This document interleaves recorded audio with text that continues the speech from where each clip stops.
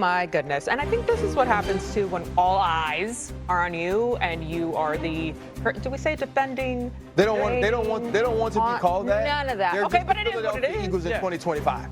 You are in fact defending. Okay, we got to call the thing a thing. Dan, are they their own biggest threat here at this point to repeat the Super Bowl? Yes, because of the style and the way that they're playing. But the way I want to answer it is, I think there's 5 teams in the NFC that you can say, if they play their best, can win the Super Bowl. I would say Detroit, who's right now the best team in football, absolutely. I'd say Green Bay. I'd say the Los Angeles Rams and the Tampa Bay Buccaneers. Those 5, as well as Philadelphia. Those 5, if they play their best, they can win the Super Bowl. And I think the reason I say that is this. One, do they have the talent to do it? There's no question.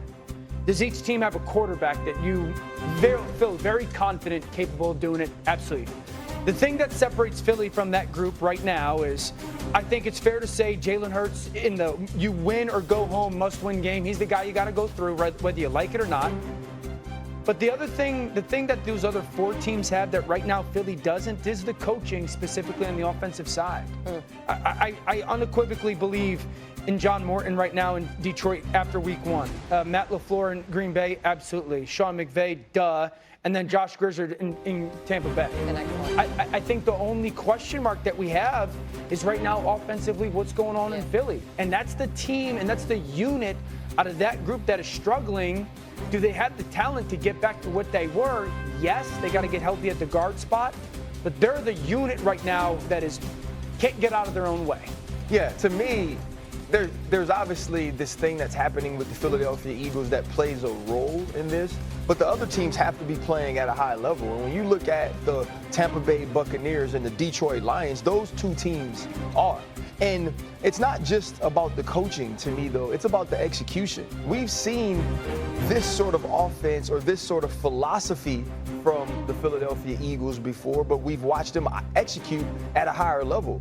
When you watch Baker Mayfield and now Mike Evans goes down and the way that he has this new connection with Emeka Egbuka, but also Shad White steps in for Bucky Irving, it's like when they do lose players and not having those same guys at the top of the roster that the Philadelphia Eagles do right now, they still execute better with them.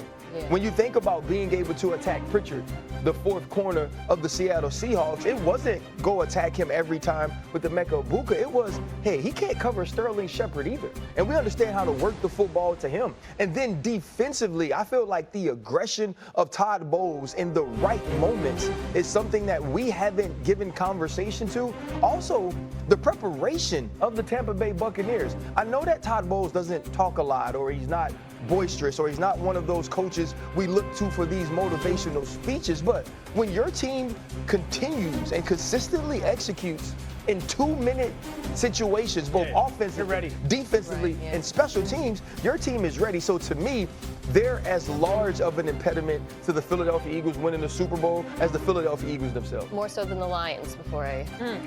So here's what scares me with the Lions. Right now, they're down to injuries. they're down to Rock Ya-Sin and Amik Robinson at the quarterback positions. Just because Lions offense, I feel like, gives them a higher floor. It's very close, though. Tampa's been excellent. But I'm in agreement with Dan. There's no reason why an offense in Philadelphia that has Jalen Hurts, A.J. Brown, Devontae Smith, Dallas Goedert, and still a very good pass-blocking offensive line. I know that the run blocking's taken a bit of a hit. Brown Barkley should be 29th in yards per play. Like, it's impossible not to look at Philadelphia and say they're their own biggest problem, because for so long we've been talking about this offense, and they are unique. All the other offenses you just mentioned, you named your top 5s in the NFC, they have talent, but they also win with scheme. Philadelphia just says go win with talent, right? And win, and this is the difference from last year, you don't have an explosive run game that's forcing defenses into single high to respect the run, and then you can win those one-on-ones. Now defenses are able to play more too high, more fire zone pressures. We've been talking about this. It's not working anymore. They have to. They cannot simply say, "Hey, our guys are better than you. Go win this year." I don't think it's going to cut it. Is it a lack of belief that the new offensive coordinator Kevin Patullo can do those things? Because we saw Kellen Moore sort of figure it out after the bye last year. Let Stephen A. go. I'm just trying to figure out what the hell is wrong with y'all. What? The Eagles rank. What the hell is wrong with y'all? The Eagles are 30th in total offense, 31st in passing offense, 23rd on third downs. And y'all are saying, well, they're their own problem. No. Now the Detroit Lions are a problem. Now the Tampa Bay Buccaneers are a problem because they're 30th in offense. They're 31st in passing offense. That's why. I understand what you're pointing to in terms of what they're doing to get in their own way. But the level of competition, before you make your facial expressions engaging in your histrionics, Dan Orlovsky, pay attention, my brother. Pay attention, okay? Pay attention. What I'm saying to you is this. They lost last week. They gave up a double-digit lead. They got outscored 18-0. Why? Because the Denver Broncos exploited the kind of things that you're talking about.